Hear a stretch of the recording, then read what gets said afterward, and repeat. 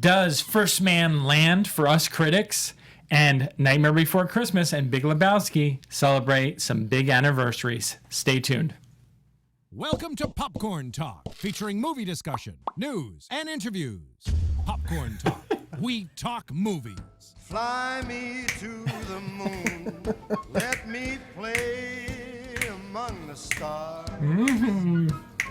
This song is so much. Never mind, I'm not going to say it. All right, welcome. I heard Damien Chazelle saves this song in First Man. Yeah, that's right. It sure does. Welcome to LAOFCS Weekly, episode 11. I am joined by a very lovely group of people this week. Oh, for sure. Yes. Witney, why don't we start with you then, sir? My name is Witney Seibold. I am a film critic for the whole of the internet. I contribute to IGN. I co-host the movie review podcast, criticallyacclaimed.net with William Bibiani. And thank you for having me on today. You're welcome. Yeah. Hi, my name is Rama, film critic, YouTuber, blogger, and you can find me at youtube.com/RamaScreen1, and I do film festivals, Comic-Cons, red carpets, you name it. I'm Jana Nascimento Nagase. I'm a columnist, Brazilian columnist of movies, film critic, part of this group. I'm a mom, a daughter. Oi, pessoal, em Brasil. And I'm here. It's a pleasure. Jana is amazing. She is. Thank you. Aww. You guys are amazing too. I didn't stop loving you either. Obrigado. So how the show works, if you're just tuning in, we did 10 other episodes already. You should have watched those by now. Anyway, how the show works is that we have 4 different segments each week. We do a movie pick of the week, which is something where we vote in our Facebook group, the members of the Los Angeles Online Film Critics Society. We vote on various movies that are coming out this week. And that's what we start off with. Then we move into an indie spotlight, which is either something that's playing in theaters, is new to streaming, is on Blu-ray, it's somewhere, and it's indie, and we want to celebrate it. Then we have something called Retro Rewind, which basically is an older movie that we would love to talk about and recommend to revisit. And finally, we do a special topic because we are in award season. This, for the next couple of weeks, will always be based around some kind of award category. This week's going to be Best Supporting Actor. So, with that being said, first segment is Movie Pick of the Week. Now, we had a really big week in terms of releases, and I don't know, we can talk a little bit about this before we reveal this, but we had First Man, Bad Times at the El Royale, Goosebumps 2, Haunted Halloween, Beautiful Boy, The Oath, All Square, 22 July, The Happy Prince, and those are just like some of the movies. There's probably about like 10 to 15 other movies being released this week. Don't you love living in Los Angeles? Yeah. It's like 30 new releases every... Being a critic in LA, you're never short of anything. It's driving me crazy because especially now that award season is starting. Absolutely. Yes, I used to live in Miami, so over there is a little limited, and some of the movies that open this week here is opening over there is like in 2-3 weeks later. So it's kind of crazy, and then I'm here in LA. It's like, oh my god, so much. Too many movies. That's what. And just enough movies. Just enough? Just enough? You saw every single one of these on this list then? No, I didn't. I've seen 3. Okay. Okay. So guys, I want to just kind of get a general, this is something new that I just thought about for this week is, so you saw 3 different ones. Rama, how many of these movies have you seen? I want to say 4. 5, 4 or 5. How many have you seen? 5. 5. Oh, you're putting me to shame over here. Okay, and I saw 1. I saw 5 too. Yeah, 5 from me. So I don't know how everyone else feels at this panel, but this is a weird week for me because considering how many movies were released, there was not a very clear winner. I felt like these movies this week were very weak. This is probably one of the weakest weeks I feel for movies in quite some time. Well, you can't have a best film of the year every week. Yeah. Even if there are 20 films released. But we're in peak award season right now. Well, we're at the start of award season. And Maybe it's because I'm spoiled because of Toronto. perhaps, because you saw a lot of these already. Yeah. And, Yeah, we're not And that lucky. First Man, I haven't seen First Man, but this is one of the big award contenders because this Yes. is made by Damien Chazelle, who won all those awards for La La Land last year. Ryan Gosling is giving biographical performances; those always get awards attention. Claire Foy. So, however good it might be, this is the big award release. True. Yeah. And with that being said, First Man is our movie pick of the week this week. Yes. Really?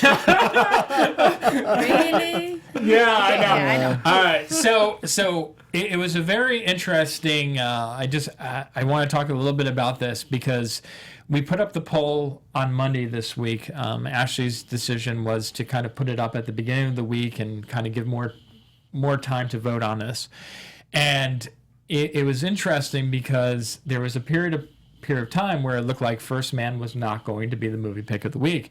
It was actually Bad Times at the El Royale. And there was not a single vote in our group for Beautiful Boy, which I think is interesting to point out because a lot of people are really predicting this one to be a big Oscar contender. The Oath did fairly well for a smaller release. And no one voted for Goosebumps, which is to be expected. I fully expected that. But in the end, First Man ended up creeping up and becoming the winner. So, Rama, I know you have a much different opinion of First Man, or the new AKA thing for our president, First Mance. What was your take on First Man? Well, obviously, I'm the only man who likes First Man in this panel, but I loved it. I thought it was an incredible cinematic experience from a technical standpoint. You know, the whole the movie makes it a mission to put us inside that pod with the astronauts. You feel every shake, you feel every turbulence, you feel dizzy at times, and it's just like, wow, this is what they go through, I guess. And of course, I love how, I know a lot of people are divided about the whole the drama part of it, the human aspect part of it, but I love how his daughter is kind of like the rosebud of the story. That's Neil Armstrong's rosebud. I like that angle that they took for this biographical movie. So I and the IMAX sequences, oh my god, dude, it was just like, it was breathtaking. The moment they opened that the pod, you show the moon, it was like, wow, it's like I'm there. So I loved it, I really do. Yeah, Jana? it's worth watching because of the IMAX images. Yeah. But I think I was expecting so much more of the relationships of all of them. I think Ryan Gosling has a very good performance. Claire Foy, again, she's amazing. I really like her. But I think there is a lot of gaps in the story itself.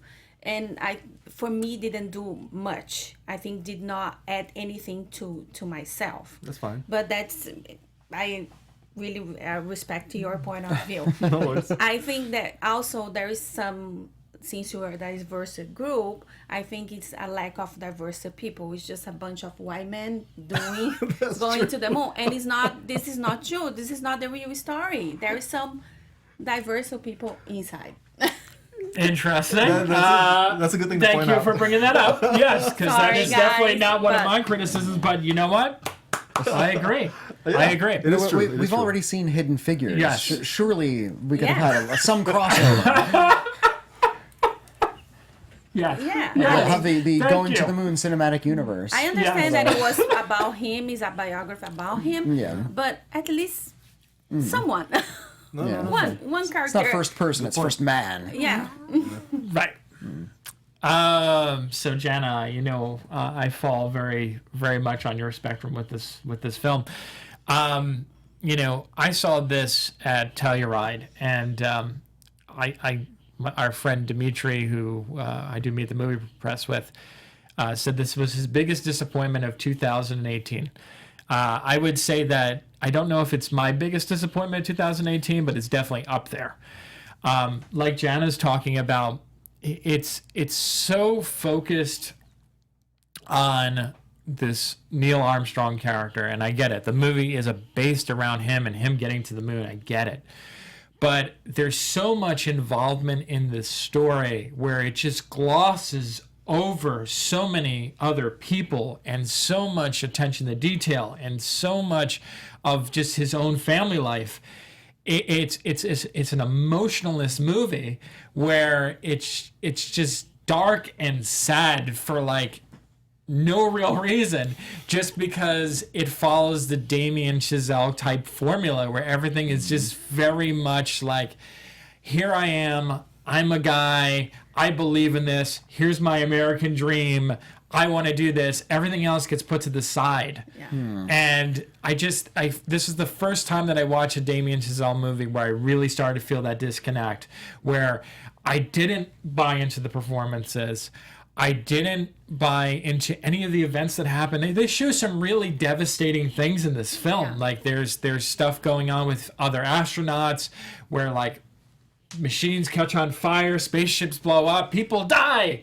And I just have this disconnect, this emotional disconnect, because I don't know the characters.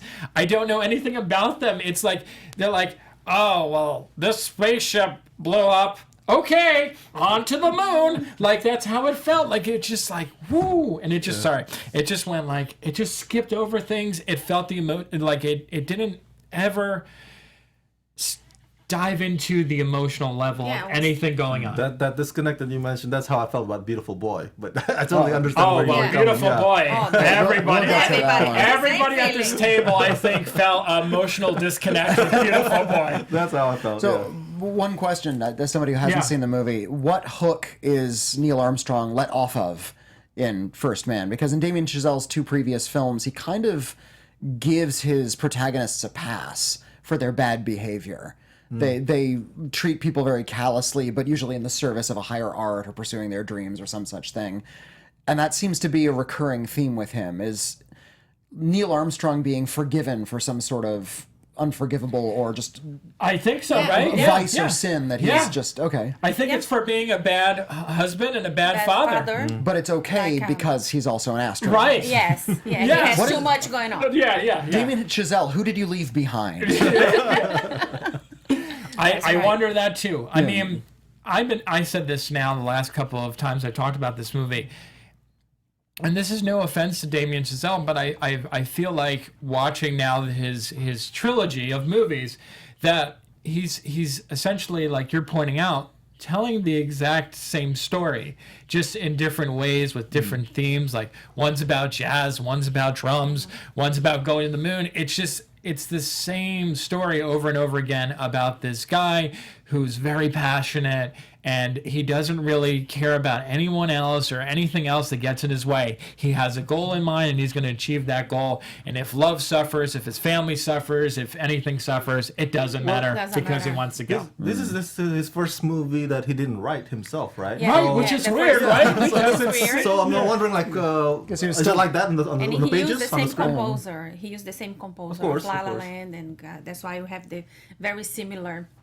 tones, like the score. The score is like very similar to the other movies. And it's an adaptation, so I'm wondering if that's also something like that from the script and the book itself, or maybe he just let me make this, like you said, like my other two movies. Maybe. I also think I wanted to talk about Claire Foy's performance a little bit. Yeah. You get this impression right from the beginning that they really just don't seem in love. They just do not seem in love at all. And there's like this blank stare on both their faces when they look at one another.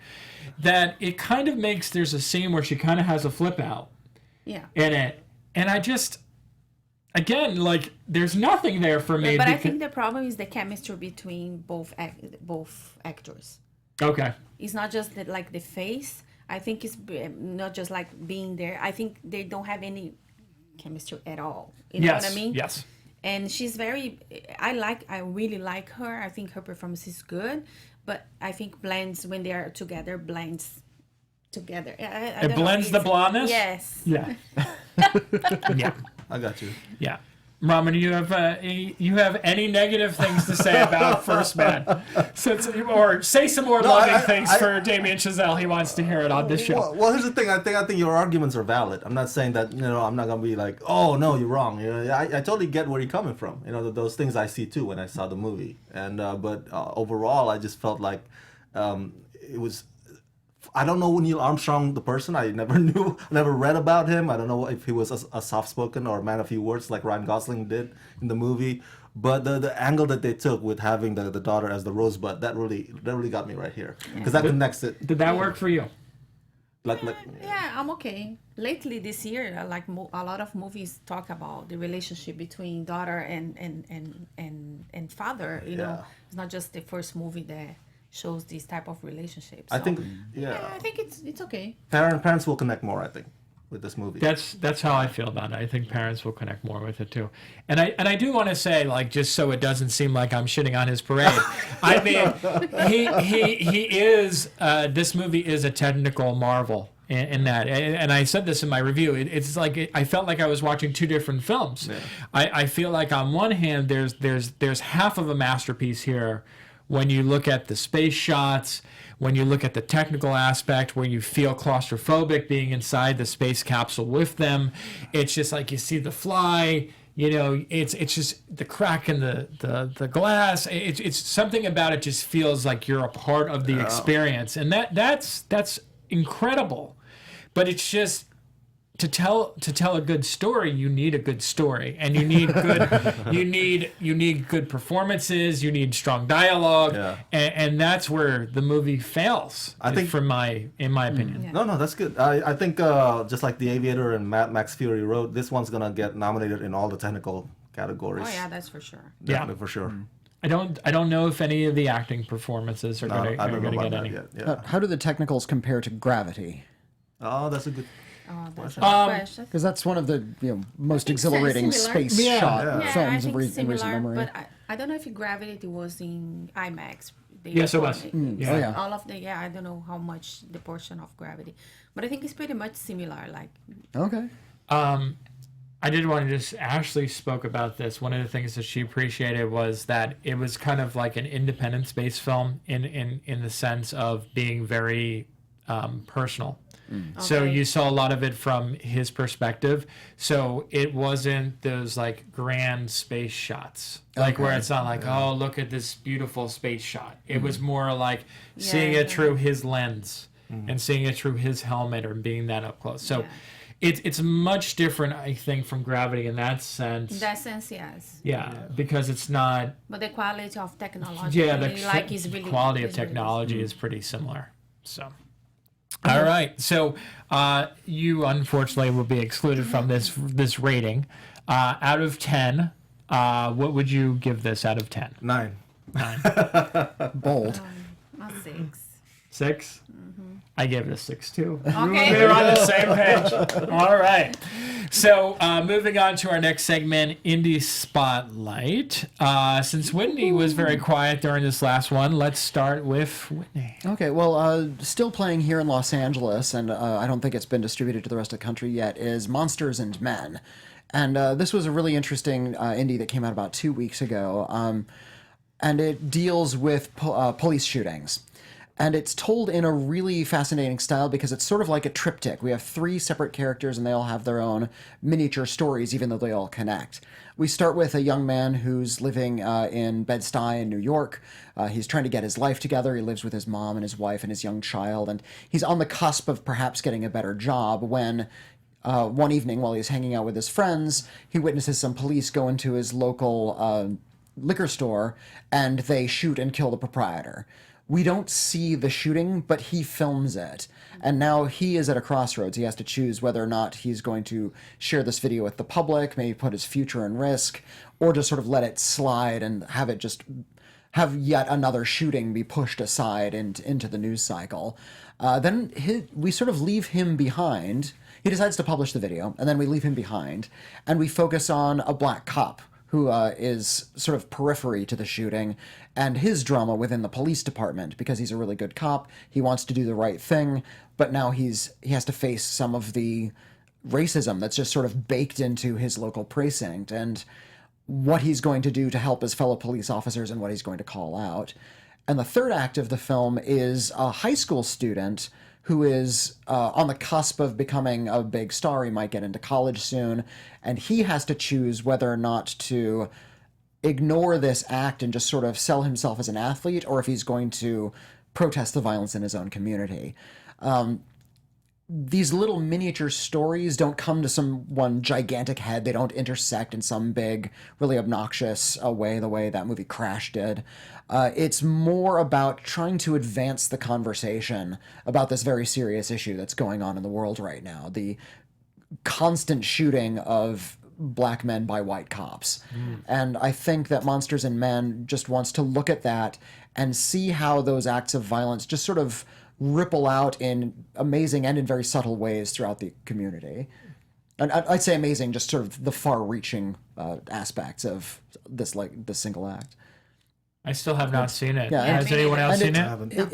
It's maybe not one of the best films of the year because it's these little miniature stories. It's not going to sort of grab you and pull you in. It doesn't conclude in any sort of like really movie like cinema sort of way, but it is going to confront you and it's going to ask the questions and you're going to have conversations afterwards, and I think that's just as important. How does that compare to the Hate U Give's tackling of the police Well, shooting it's issue? kind of interesting, and there was also a film earlier this year called Blind Spotting that Yeah. also Oh, that's deals true, with police yeah. shooting. So it's in the consciousness right now. Okay. And it all deals with similar acts of violence in different, looking at them from different aspects in different cities throughout this country.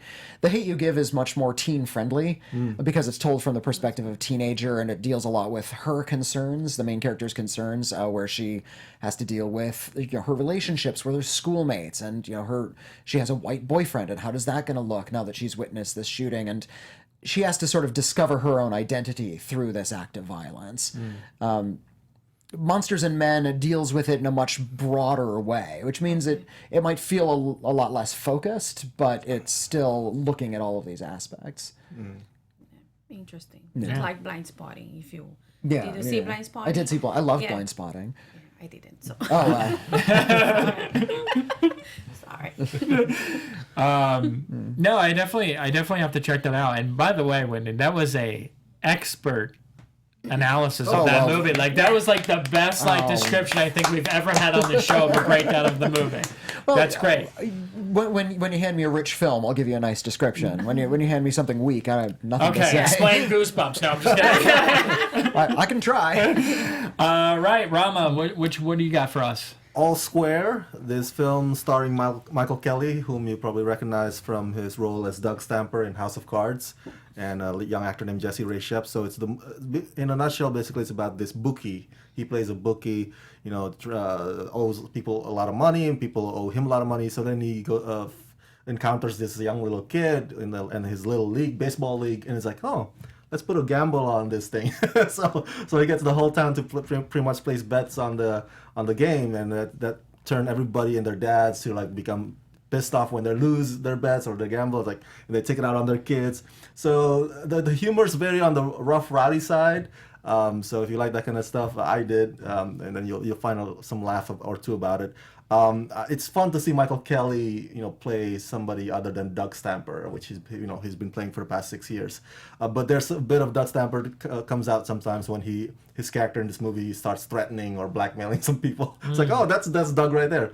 But it's not about baseball. So even though the poster and the trailer makes it seem like it's Bad News Bears, but it's not really a sports movie. It's all about this relationship between this man and this young kid, the unlikely friendship between them, and it's like how they can redeem themselves basically. So I like it. I don't know if people are going to see it because it's such a limited release and on demand, but I enjoyed it.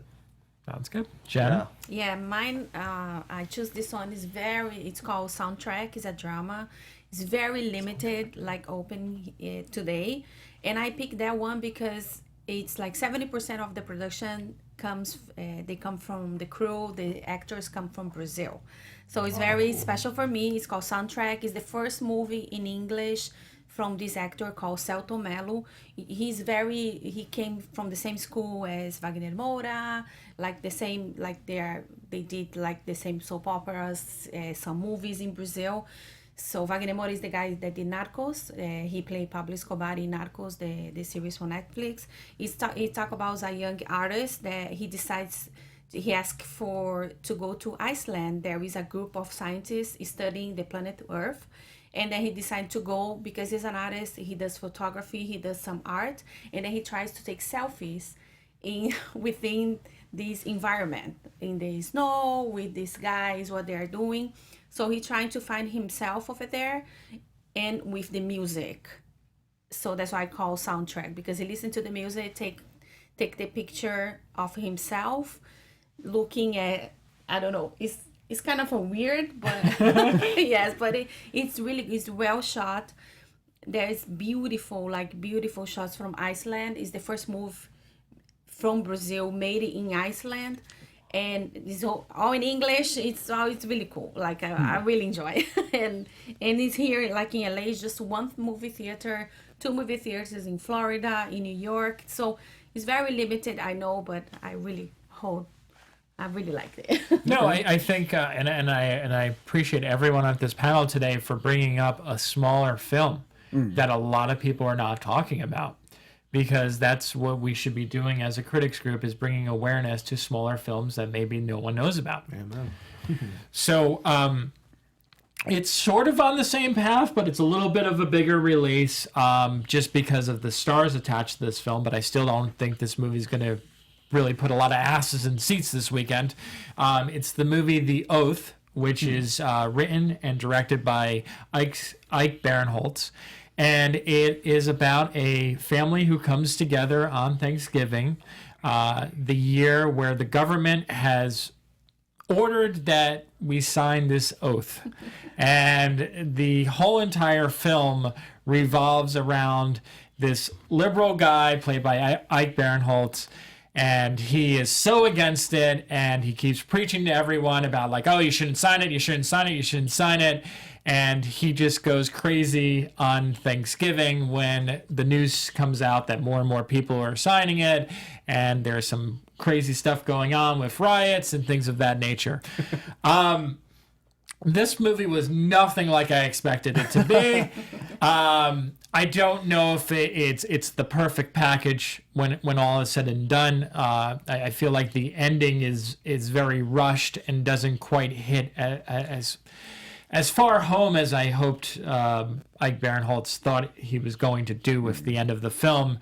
But there is a lot to be said in the middle of the movie and in the beginning of the film about our obsession with politics, our obsession with social media, and how close-minded people are on both sides of the spectrum. I really feel like there's great scenes in this film where people are arguing, and it just kind of shows why nothing ever changes in this country, because someone's so set in their ways over here, someone's so set in their ways over here, and there's no middle ground. And I think this film does such a great job of showcasing that, the media in a lot of ways is forcing us to pick a side. And one of the questions that I posed these actors when I met with them was, would the world be a better place if we didn't have the media, or at least social media? And everyone seemed pretty stumped on the answer to that. They said, like, it's brought a lot of good, but it's brought a bunch of negative. I know a few of us have seen this. Anyone want to chime in on this one? Well, this is a film made for the era of Trump. Yes, yes. And Ike Barinholtz is clearly coming from a position of somebody who is in a constant state of panic, who's following the news every day. I recognize it because I unfortunately do that. It's like you hear a little buzz. It's like, oh, something other horrible is going down. And I think rather than necessarily making some sort of grand point about social media or the way we relate to each other, he's just sort of giving voice to his anger and to his fear, and how he looks out at the world and he's using the current political climate and exaggerating it in his own mind. So what he sees on the news is actually, in the film The Oath, is this weird sort of dystopian future of what he imagines it, because what's going on outside his door is literal fascism. People are signing loyalty oaths to the government, to the president himself, and people are being disappeared. There's a joke in the movie about how Seth Rogen has been kidnapped and perhaps killed. And I think that's all he's doing is taking the feelings he has about the current political climate and writing it large on the screen to see if anybody else agrees with him. And then that climax is essentially him wishing for the one thing that could bring all of that to an end. Because over the course of the movie, you didn't mention the actual plot. You know, there's Thanksgiving Day, everything comes to a big head. Everybody starts arguing. You don't mention politics at the Thanksgiving table, but what do you do when the world's falling into fascism? And then some special government agents arrive at the door wondering why he hasn't signed the oath. And they say some vaguely but definitely threatening things, and he tries to stand his ground, and that's when everything starts to explode. Yes. I didn't know if that was too spoilery. That's why I didn't mention it. It's in the advertising, so I think it's fair to mention. Yeah, I think I'm not going to, in case you hadn't heard, I'm not going to mention who plays the agents. Okay. No, we don't tell that. No. Jana, what do you think? I like it. There's some points that I was like, oh my, it's very similar to A Crazy Family when they bounce together and then have, like, in our case, like Christmas or even Thanksgiving, all these special Easter, like some people are more important.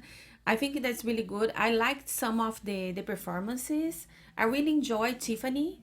I don't know, for some reason, I like her character. I don't know if people like it, but I really It's different, right? It's different from what we've seen before from her, and then I like it. But overall, it's a movie that I would say, oh, okay, you should watch. You know.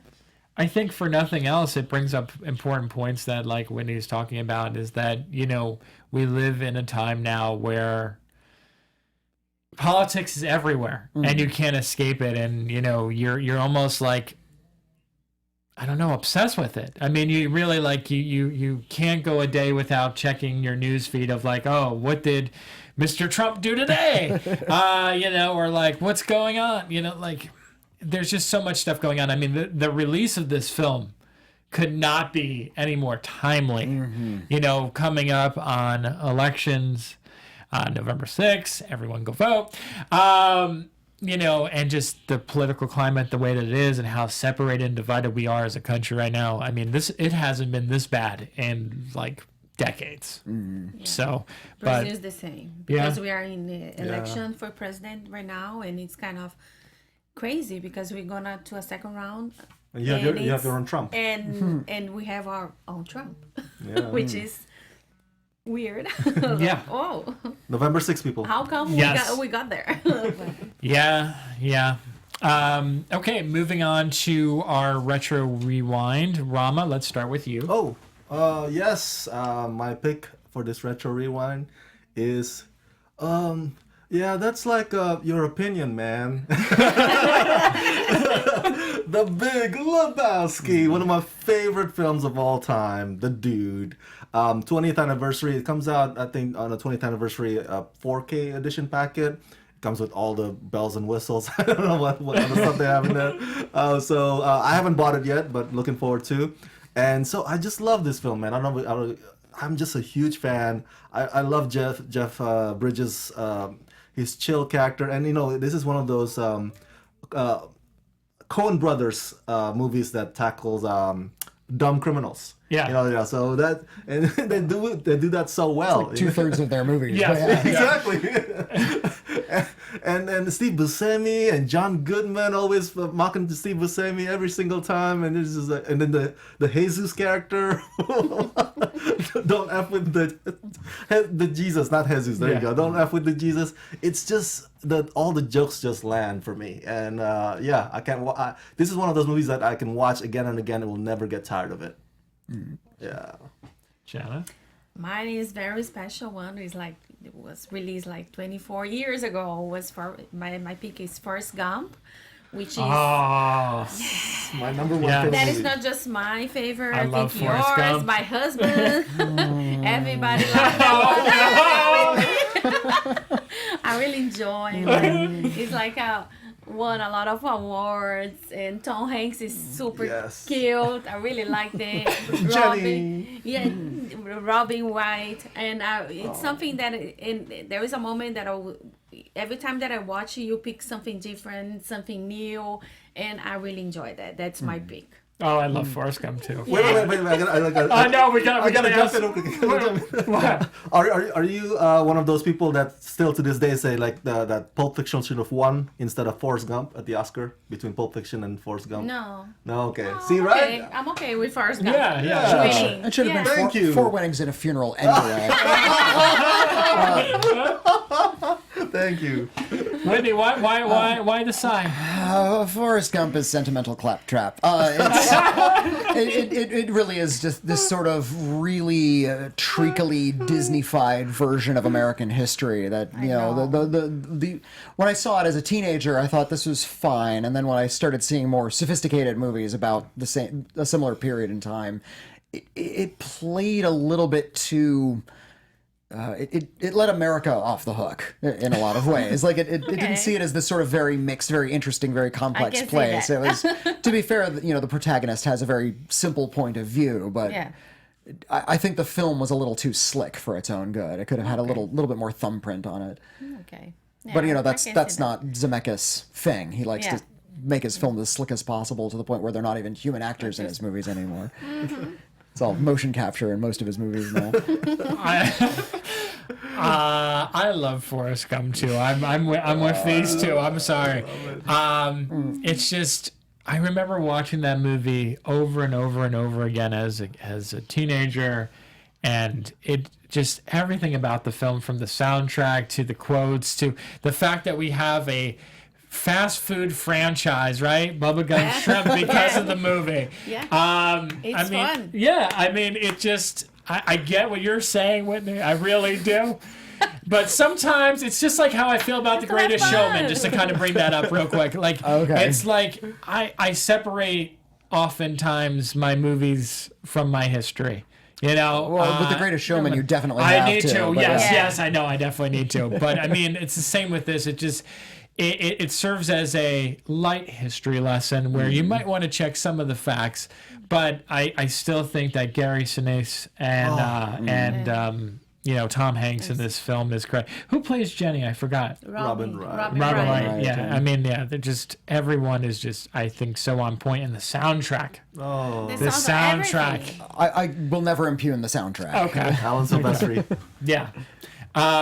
For me, my pick, celebrating its 25th anniversary tomorrow, if you can't tell from my shirt, is The Nightmare Before Christmas, which is not directed by Tim Burton, even though everyone thinks it's directed by Tim Burton. The title is Tim Burton's The Nightmare Before Christmas, but it's directed by Henry Selick. Yeah, I mean, and it's interesting because the entire movie, outside of the directing, is pretty much all done by Tim Burton. You know, like all the animation. I mean, this is an incredible film for me. This is I talked about this on Black Tomatoes last week. This was the movie that changed film for me. I grew up. I was always in love with movies. Back to the Future. You know, silly films like Pee-wee's Big Adventure, Breakfast Club, Ferris Bueller's, like really like silly, fun movies. But it wasn't until I saw Tim Burton's Nightmare Before Christmas where I felt like my life was somehow forever changed. It opened up my creative mind in very weird ways. I became obsessed with drawing at the time, which is something that I sadly have a disconnect with now. I stopped drawing, but I remember after seeing that movie, wanting to go to animation class and be an animator. And like I took classes and I learned how to draw all the characters from the movie. And I was obsessed with it. I saw it multiple times in the theater. The day it was released on VHS, I made my mom run out to Suncoast. I still have the little figure, the little figure that came with it. It's still in my house. I have. Did you have the edition that had the Gargoyles preview ahead of it? Yes. Right. And I have, you know, like the original action figures that were released by Hasbro. And I have an entire room dedicated. Some of the people who are at this panel have been to my house, know what I'm talking about. It's just a really special film. I know, you know, that's the great thing about movies, to each their own. You know, some people don't connect with movies the same way as others do.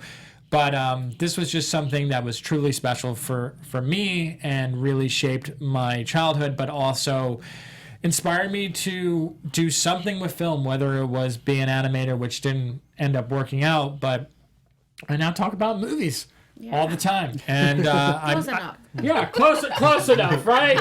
There's only a little bit of a difference in the pay scale, you know? Like, it's like next to nothing, $20 million per movie. It's know? funny you mentioned Suncoast. Did you buy the soundtrack also at Tower Records? No, The Wall. Do you remember The Wall? The Wall, okay. Yeah, okay. Sam Goody. Probably. I had multiple copies. Sam I had Goody. multiple copies of the soundtrack because I literally had it on tape and then I got it on CD when it came out. I'm telling you, like I was literally obsessed. Like it, and it's like I have the regular version of the movie. I have the new the what was it? I think the 20th anniversary of the film, and I still don't, believe it or not, I don't have the 25th anniversary yet, but I will make sure I get the steelbook sometime this week. Did you dress as Jack Skellington? I have. Oh, you have? Okay. Yep. I've been to the El Capitan to see it twice. Okay. I went to the Hollywood Bowl twice to see Danny Elfman perform it live. I will be going this year, of course, for the 25th anniversary. Okay. And I did a entire thing when the first year I moved out. My wonderful wife got me the surprise birthday gift where we got to see Danny Elfman play all of Tim Burton's scores from his movies, like with a live orchestra at the Nokia Center. And that was incredible, too. Okay. So, but yes. Did you ever show The Nightmare Before Christmas to a possibly less than goth potential girlfriend and have to dump her when she rejected the movie? Because I know we all have those test movies. Like, this is my favorite movie of all time. You're going to sit down and watch this. And if they're sort of like, meh, you begin to question the state of your relationship. It always came with the territory. This is a weird segue of a conversation, but like, I don't think anyone I have ever dated has ever disliked that movie. As weird as that as weird as that might sound, it's very strange that I clearly have not dated that much.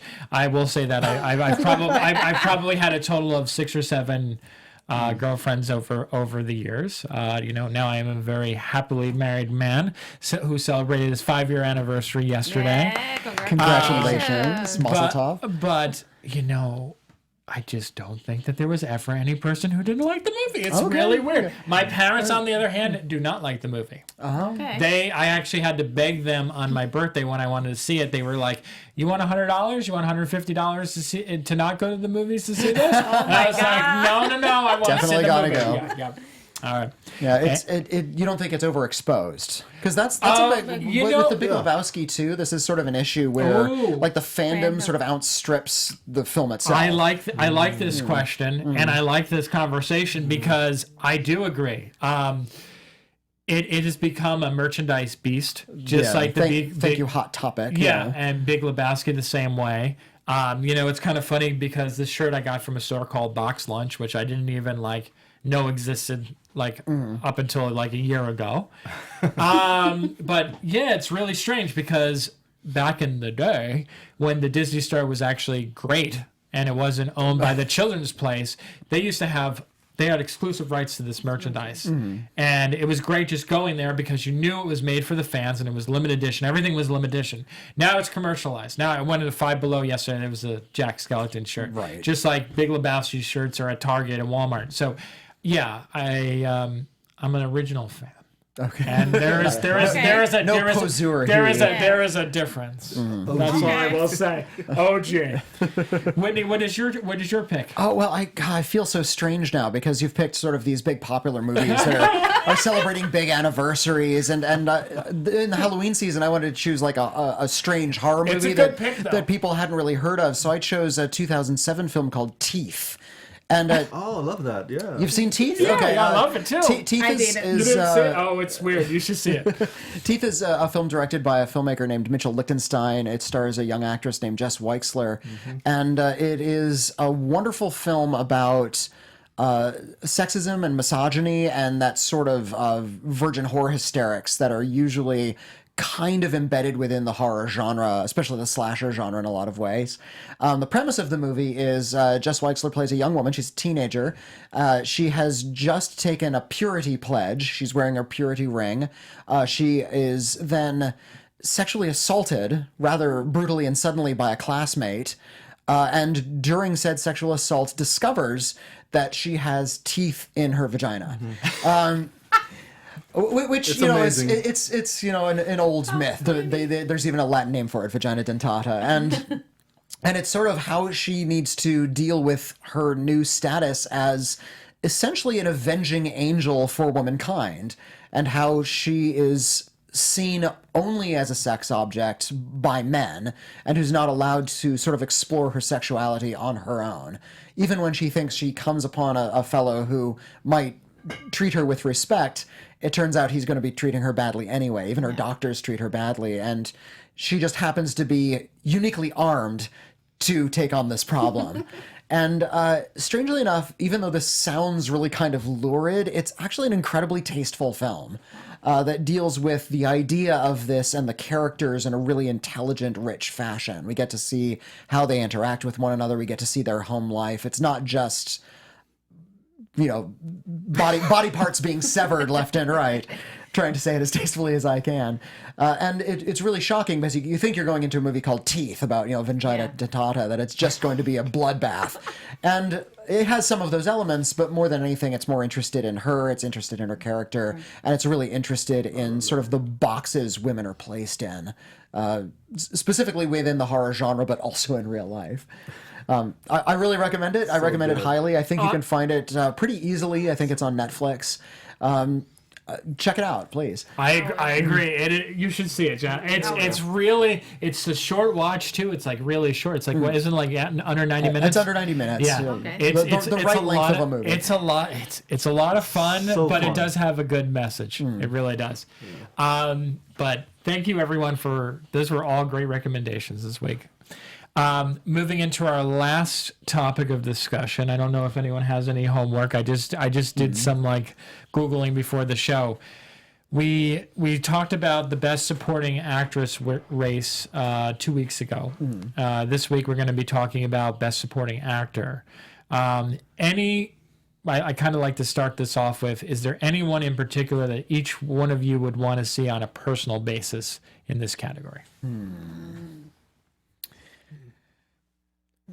Yeah, I'm trying to think of like supporting actor, because Like there've been someone you there have personally been want. really terrific performances from lead and supporting actresses this year, but there hasn't been too many always supporting really actors that have stood out I agree. too No, much. there's not. Yeah, I was thinking like, no, that's Toni Collette. That's Hereditary. That's the lead actress.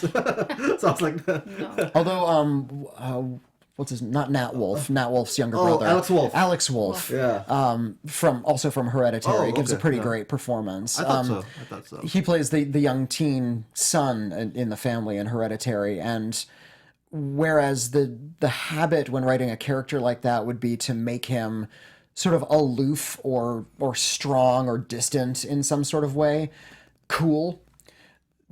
He plays him as a complete wimp, for lack of a better term. He just is so emotionally fragile that he's ready to burst into tears, and he's really super vulnerable. And I like the way he plays that. I think that was a good performance. One person I could think of right now is, even though I want the other guy instead of him, but I think they're going to push, like you said earlier, Sam Elliott from A Star is Born. I think they're gonna try to, WB's gonna try to push that for him to get that nomination. But I was more for what's his name? Andrew Dice Clay. Andrew Dice Clay, the one who plays the dad. That would be so amazing if he gets it instead. But yeah, They're going to push for Sam Elliott. Yeah, I mean, that's for sure. Yeah. The front runners right now, it looks like, is Mahershala Ali for Green Book, which I can get behind that. That's one that I can really get behind. Richard E. Grant for Can You Ever Forgive Me, which Timothy Chalamet. I like him, though. I like Richard E. Grant. I do too. I do good. too. But that's another one of these movies where like I feel like there's a lot of like praise for it, and I just don't. I'm not buying into it this year. It's really weird. Timothy Chalamet, of course, for Beautiful Boy. It's okay. they're not gonna push for the lead for that one. No, Okay, so I think important. they know that it's already like a really tough actor category. Actor and actress this year is going to be so difficult. Yeah. And then Brian Tree Henry for If Beale Street Can Talk. Russell Crowe for Boy Erased. Adam Driver for Black Klansman. Steve Carell for Vice. My personal take on this, out of these these movies that I named. Also, I guess I should mention Adam Driver, Black Klansman, who I think was fantastic in that movie. Well, everything's fantastic in that movie. Yeah, that movie is incredible. That's still one of my, I think it's in my top 5 this year. It's so great. I would have to go between him and Russell Crowe for Boy Erased right now, and Mahershala is a good third for me. Okay. I would go for Sam Rockwell as George W. Bush. I want to see. I go for Sam before Star is Born and Russell Crowe. Okay. All right. Sounds good. So that's all for today's show. Thank you so much for tuning in. If you want to just real quickly go around the table, just announce where they can find you. Okay, my name is Witney Seibold. You can find me on a pair of podcasts. I'm on Critically Acclaimed as well as Canceled Too Soon. You can find some of my written work on IGN, and I'm on Twitter at Witney Seibold. And I'm Rama, and you can subscribe to my YouTube channel, youtube.com/RamaScreen1, and follow me on Twitter. That's RamaScreen with 2 S. Yeah, I'm Jana. You can find me on Twitter and Instagram, Jana on Camera. You can go to my website, janaoncamera.com. And you can also find me at Gazeta Brazilian News. It is in Portuguese, but you can find me over there too. Very nice. And I'm Scott Menzel. You can find all my written reviews and interviews at We Live Entertainment. I also do 2 other shows here. The first one is Meet the Movie Press, which airs at 9 a.m. on Fridays. And then I do Black Tomatoes with Carlo Renato, which is on Sunday at 5 p.m. Thank you so much for tuning in. We'll see you next time. From producers Maria Menounos, Kevin Undergaro, Phil Svitek, and the entire Popcorn Talk Network, we would like to thank you for tuning in. For questions or comments, be sure to visit popcorntalk.com. I'm Sir Richard Wentworth, and this has been a presentation of the Popcorn Talk Network.